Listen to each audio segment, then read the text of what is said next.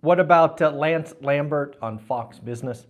How about a former Fed governor issuing a pretty stern warning? Adam Newman back with WeWork. We shall see. And finally, a question I got from Olivia yesterday that I thought you might want to hear about. So first, let's get into consumer confidence. We are a consumer-based economy.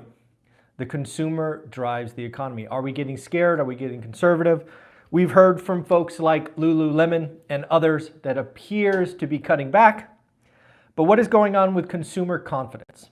Consumer confidence drives decisions. Are we getting scared? Are we getting nervous? What are we scared about? So first and foremost, consumer confidence dipped last month, or this month's reporting for last month, to 104.7.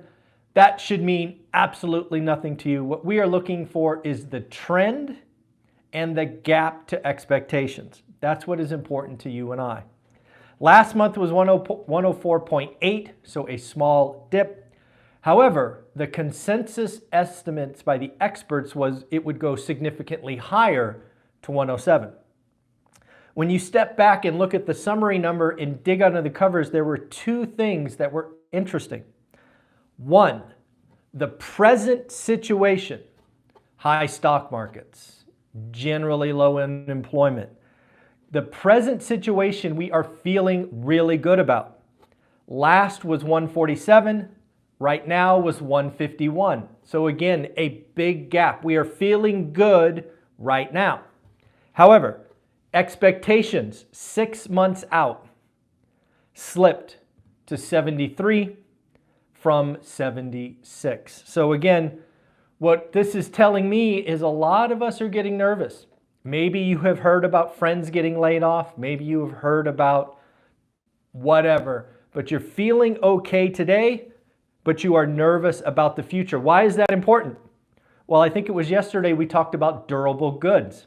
Remember, durable goods are things we buy infrequently that last about 3 years.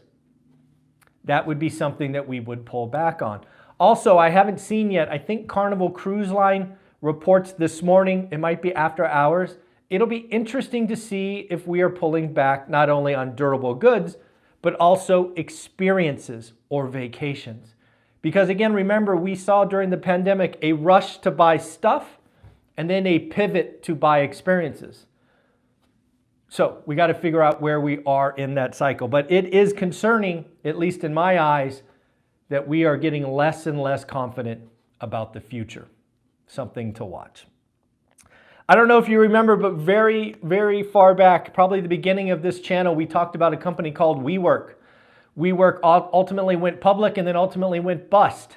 It looks like their founder, Adam Newman, who cashed out, I think, with $2 billion. Talk about a golden parachute.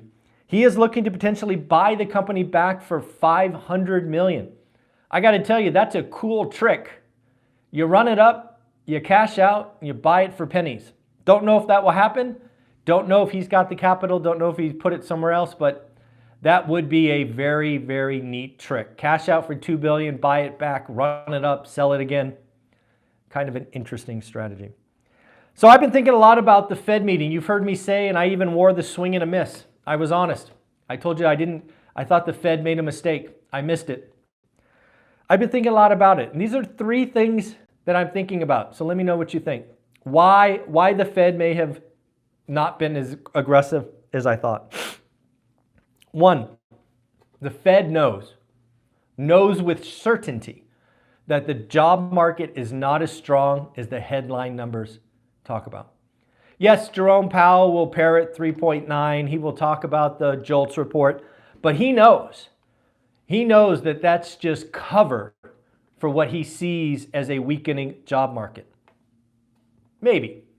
Number 2, what if the Fed knows with certainty that their calculation for CPI given owner's equivalent rent, aka shelter, is so backwards looking and convoluted that it is useless in today's environment? Maybe. What if the Fed looks at the banking system and goes, it is barely holding together. Banks are executing extend and pretend, they're adding years, and they're not foreclosing. However, if we go higher, a la Silicon Valley Bank, First Republic, it will cause banks to crumble. I think it's possible that the Fed sees all three of those and goes, we just can't go higher. I don't know. Let me know what you think in the comments below. Again, I think it was a mistake. I don't think they need to go higher, but I do think they needed the threat of going higher, and that was a mistake. Not to be outdone, I read an article quoting a former Fed governor. This again is a former Fed governor. His name is Kevin Warsh. Kevin Warsh. Kevin Warsh is pretty negative on the current Fed and the current stance. He is saying that the Fed is goosing the economy. The Fed, with their promise of 3 rate cuts, is already loosening financial conditions, and prices are melting up.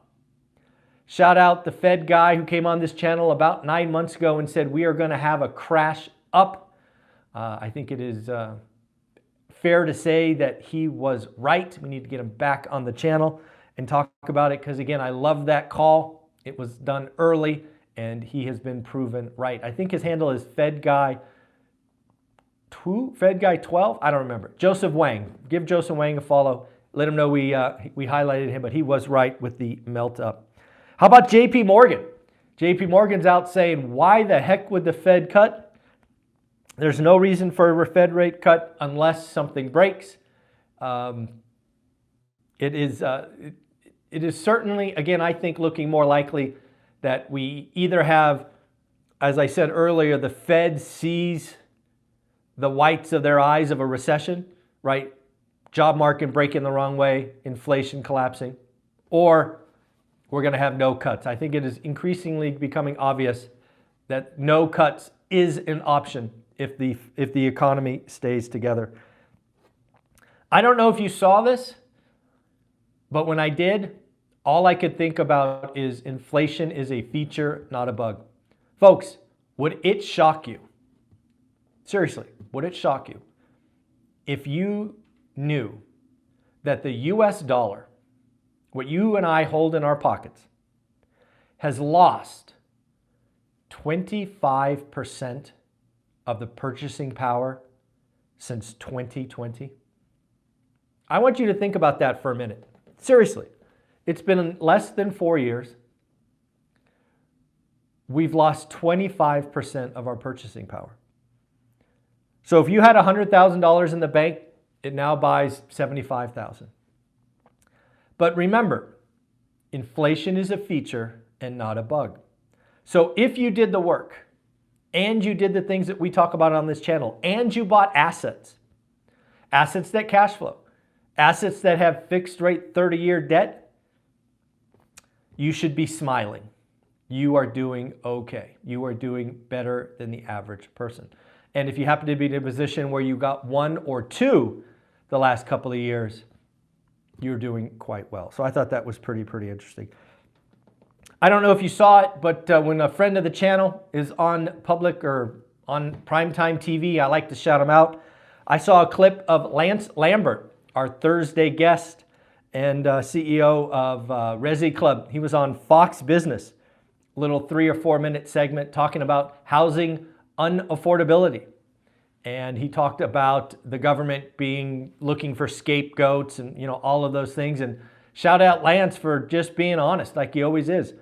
The only way to fix this, folks, is the boring way. You don't fix unaffordability with 5K tax credits and things of that nature. Yeah, inflation is a feature, not a bug. Absolutely. I love that idea. So again, Lance Lambert talking about the only way to fix it is by building more homes, building more ADUs. Shout out that ADU guy, Derek, for doing what he does to try to get 1 million ADUs created. Love him for that. So again, the only way to fix this is to keep building more supply. I hope more and more public builders follow the Lennar model and really start building entry-level homes that are frankly smaller. That is my hope. Other things going on. Want to talk about a question I got from Olivia yesterday, give you a little insight into our relationship and all of that. So as you know, we are actively recording what I hope is like a TV show, Buying Vegas. We've already recorded episode number 1. It is currently being sliced and diced. We're going to be recording video number 2 this afternoon with the one and only Lisa Sutton talking about condo hotels. But last night at dinner, Olivia asked, are you excited to buy a rental property in Las Vegas? She goes, on a scale of 1 to 10, how excited are you? And I thought about it, and my answer surprised her. She had thought, given all the work and energy and frankly money we are spending on this, that I would be an 8 or a 9. And I told her, honey, I'm a 1 or a 2. Now, how can that be? How can I be a 1 or a 2 with all this time, energy, focus, and yes, money being put out? The answer, folks, is quite simply, I am broken. We are in the part of the process where I don't know what I'm looking for yet. I don't know what asset. I don't know what area. It's just, we aren't to the point where we have a buy box yet. Once I have a buy box and I am looking daily and I could see learning, I will get more and more excited. We are very early. Vegas is a gigantic city with lots of opportunity. But we're still early. We're still meeting agents. We're still figuring out areas. We're still learning new ways to generate income and cash flow.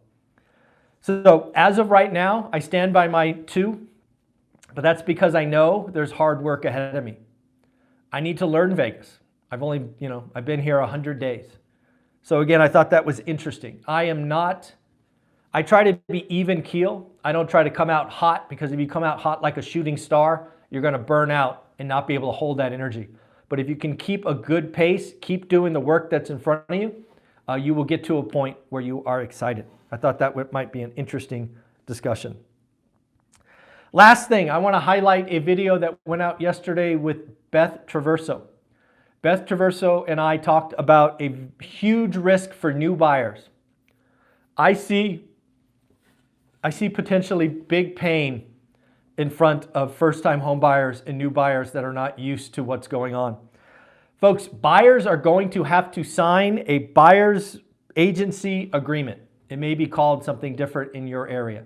But basically, buyers will have to sign something before they see a home. That is going to become the new standard. And I fear that new home buyers are not going to read it or understand it.